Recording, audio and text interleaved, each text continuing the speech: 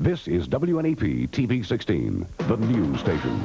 Now, Nolan Johannes, Karen Harch, Jack Ruland in Skycam 16, meteorologist Tom Clark with his backyard forecast, and Tim Carlson Sports. This is Newswatch 16. Good evening, I'm Karen Harch. Nolan Johannes has the night off. The city of Scranton, already facing a possible tax hike because of mounting money problems, may be in for even more hard times. The city's community development office may run out of money. Newswatch 16's Bob Reynolds is live in Scranton to tell us about that. Bob? Well, Karen, fixing up Scranton swimming pools like this one along Capouse Avenue, paving streets, and hundreds of other improvement projects are all made possible with federal community development money. When Hurricane Gloria slammed into Scranton last year, former Mayor James McNulty diverted $4 million community development dollars into flood relief. The present city administration now fears that move could drain ComD coffers dry. That's because an upcoming federal audit could force the city to pay some of the money back, putting some improvement projects on hold. I've been thinking a lot about that because of the unknown of Gloria. The unknown of spending $4 million outside the realm of rules and regulations due to the nature of the problem, but also the fact that some checks and balances weren't in place to make sure that the funds were expended appropriately. Here's just a small example of some of the concerns which may be expressed by the federal government. Big ticket item bills like $100,000 which was spent on federal flood insurance to insure some city residents against future disasters. Over $7,000 which was used to put up flood victims at local hotels. Right down to a small bill of $27 which was spent for some reason at a local donut shop. Some flood victims know the federal government has regulations, but shouldn't make Scranton pay the money back. Well, I think they should just give us a break. It wasn't anything we could do. We needed the help, and the money came through when we needed it. Why should the city have to pay it back? There was an act of God, so I'd say let them handle the bill. Now, we were unsuccessful in contacting former Mayor James McNulty about the present money crunch, but the people who are now in charge say paying millions of federal dollars back is a worst-case scenario, and they hope that that can be averted. Bob Reynolds, Newswatch 16 with a live Instacam report in Scranton. Karen? Thank you, Bob. A bill signed into law by the governor today could end up saving us money on some of our utility bills. First, electric bills. Utilities such as PP&L, which owns this nuclear power plant near Berwick, will have a tougher time charging customers for plants that put out more power than they need. PP&L isn't thrilled with that. A spokesman tells us new plants often generate excess power that may be needed years later. Next, your phone bill. Local telephone companies such as Bell of Pennsylvania will not be allowed to get rid of that flat rate you pay for a local call. In other words, they won't be able to charge you extra for each minute you talk.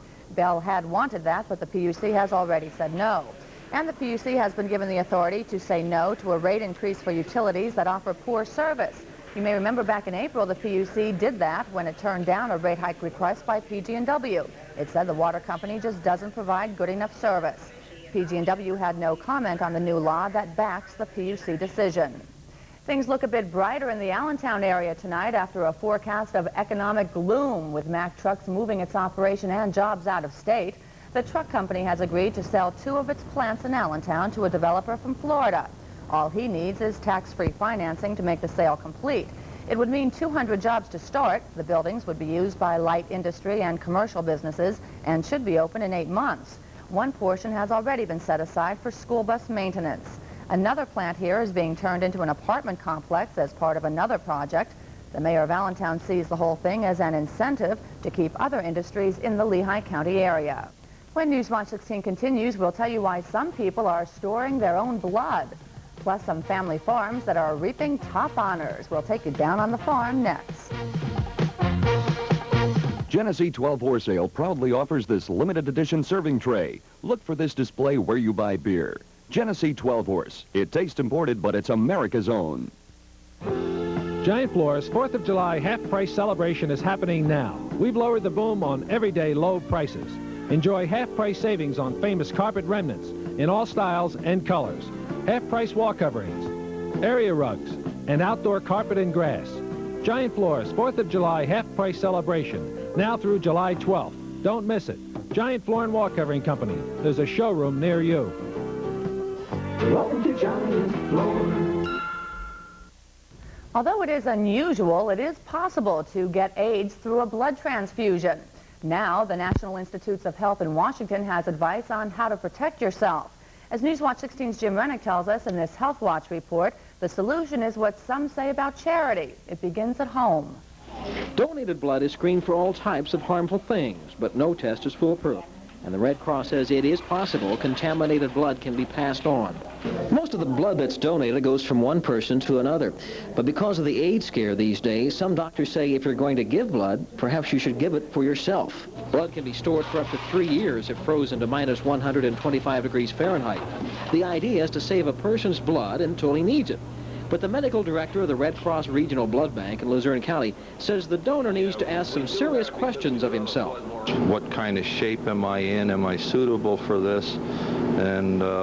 And then you have to assess in your own mind the risk versus the benefit. Storing blood costs about $140 per pint.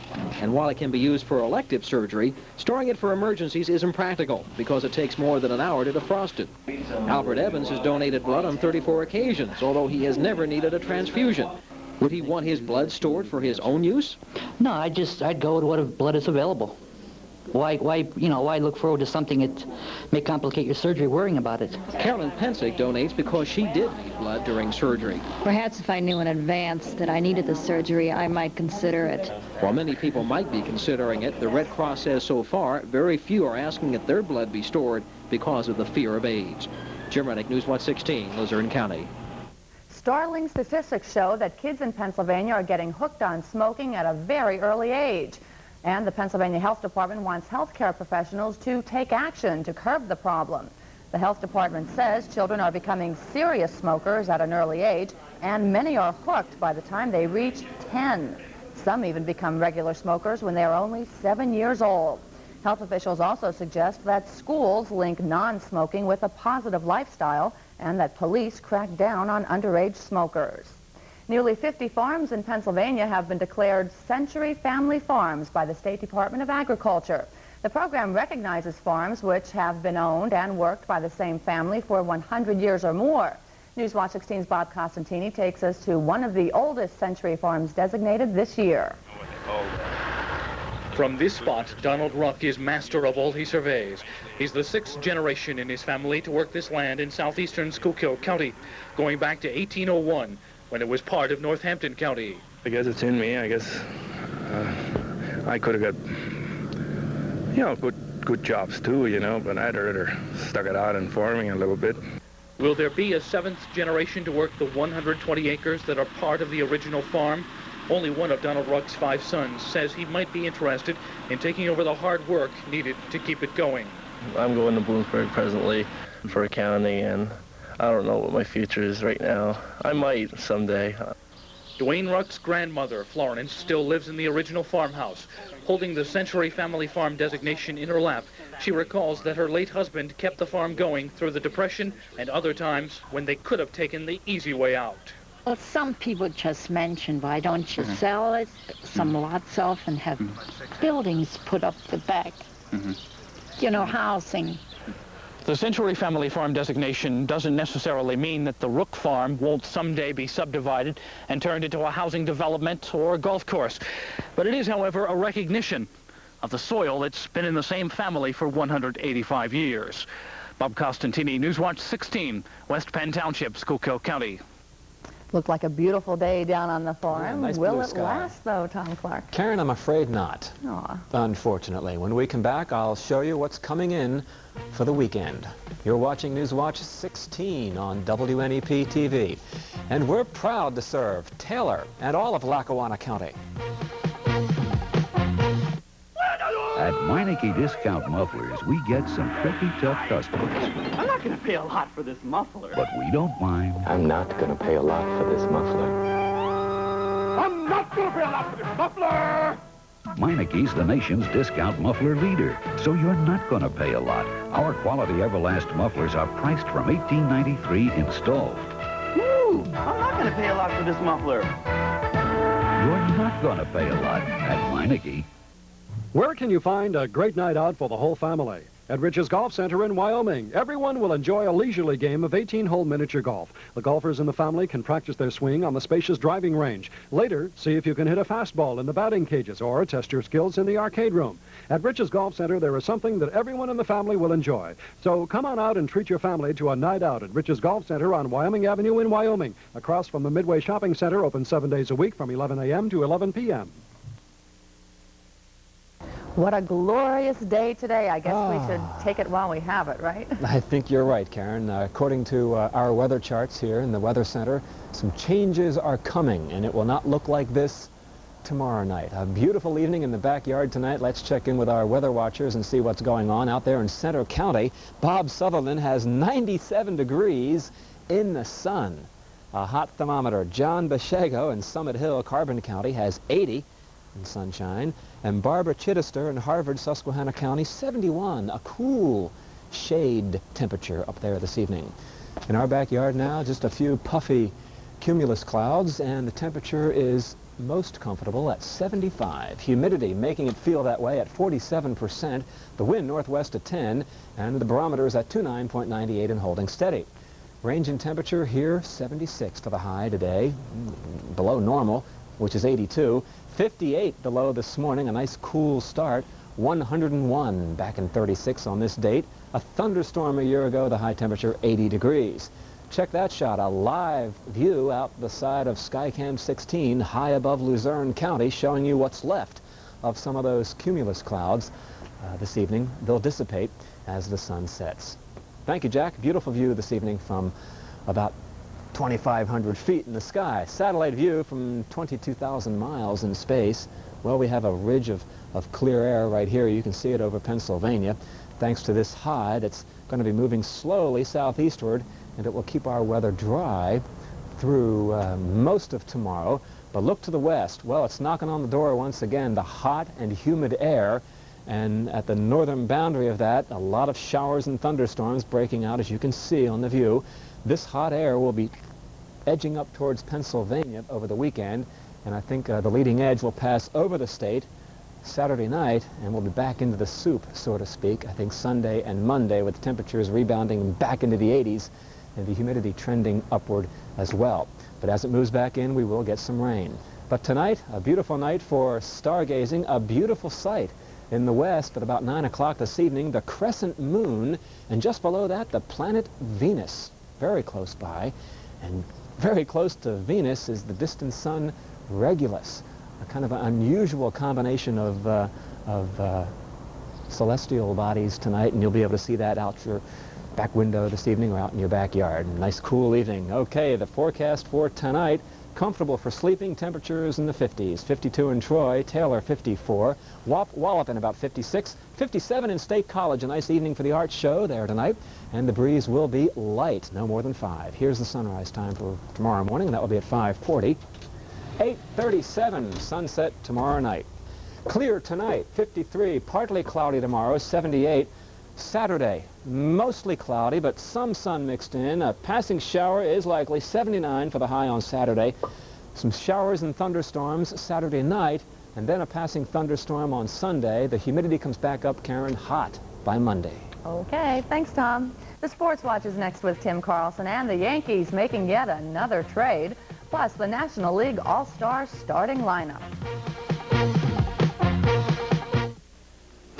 Your Cadillac Super Network dealer has a challenge for you. Go to your nearest dealer and take a test drive in a 1986 Eldorado or Seville. Experience for yourself the driver-oriented engineering.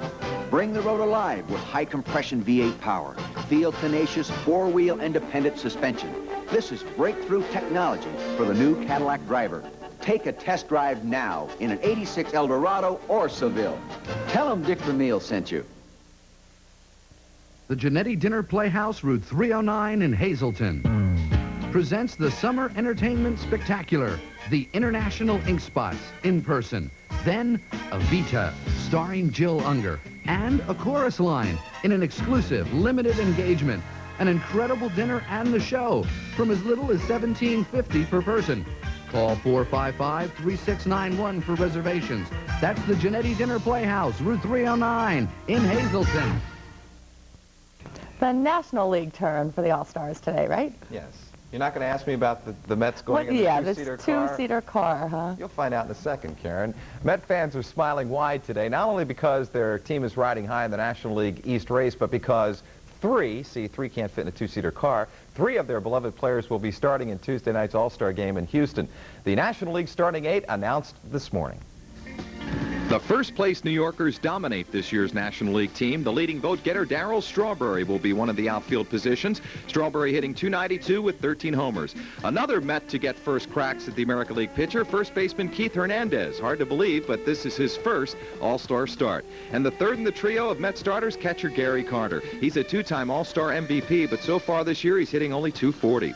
The Phillies' Mike Schmidt, who's shared time between first and third base, will be in his familiar hot corner spot as an All-Star. Schmidt's having a good year. The Wizard of Oz will once again be at shortstop. The Cardinals' Ozzie Smith gets the call, hitting a healthy .298. The Cubs' Ryne Sandberg will hold down the second base spot for the National League Stars. This will be Ryan's first start, and why not? He's one of the National League's finest second basemen.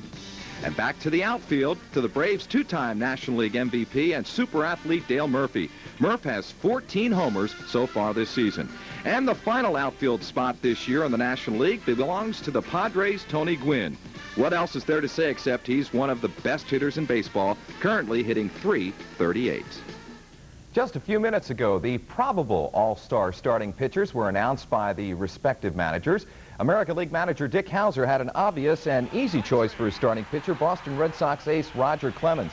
Clemens is 14-2 so far this year with a respectable 2.65 earned run average.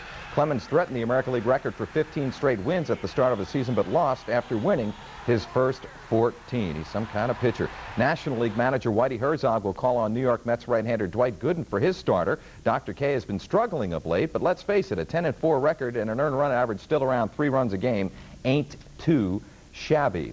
One more All-Star note. American League manager Dick Hauser says starting third baseman George Brett may not be able to play. Brett has a sore throwing arm caused by a strained rotator cuff. If Brett can't show up, it may be an advantage for the American League. You see, Red Sox third baseman Wade Boggs finished second in the fan voting to Brett. Boggs is currently the American League's top hitter with a .373 average. Brett's hitting around .290. Better rest that shoulder, George. And don't forget, you can see all the All-Star highlights and the game Tuesday night here on Channel 16. George Steinbrenner continues to get rid of the players that don't suit his fancy. Recently, it was Ken Griffey. Now it's pitcher Ed Whitson.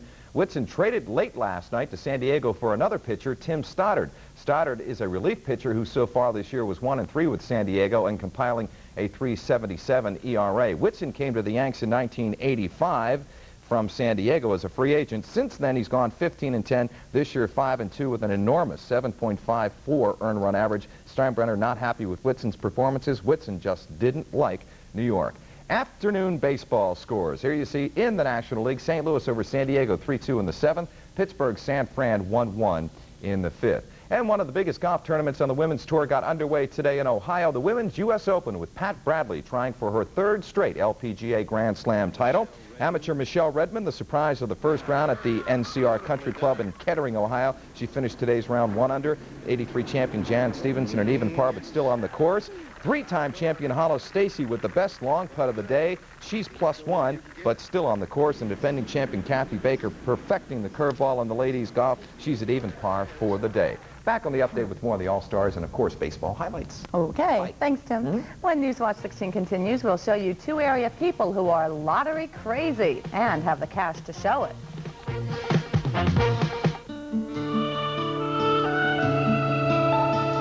Lilt makes curls so easy. Lilt makes body so easy. Lilt makes the difference so easy. Beautiful hair is easy with Lilt's perming foam because you see where it's going. For easy care hair. Lilt makes the difference so easy. Yuengling was brewing premium beer back in 1956, in 1919, in 1860, and all the way back to 1829. 5 generations of the Yuengling family have been helping America quench her thirst for over a century and a half. What a tradition. What a great beer. Yuengling, America's oldest is still America's best. And that's a promise from Dick Yingling himself. And finally tonight, 2 lucky area people are probably home tonight counting their winnings from the Pennsylvania Lottery. The lottery's roadshow paid a visit to the Wyoming Valley Mall this afternoon, and as Newswatch 16's Mark Davis reports, the purpose of the visit was a big payoff. 51-year-old Frances Ogg of Scranton made $60,000 this afternoon, and this is what she had to do for the cash.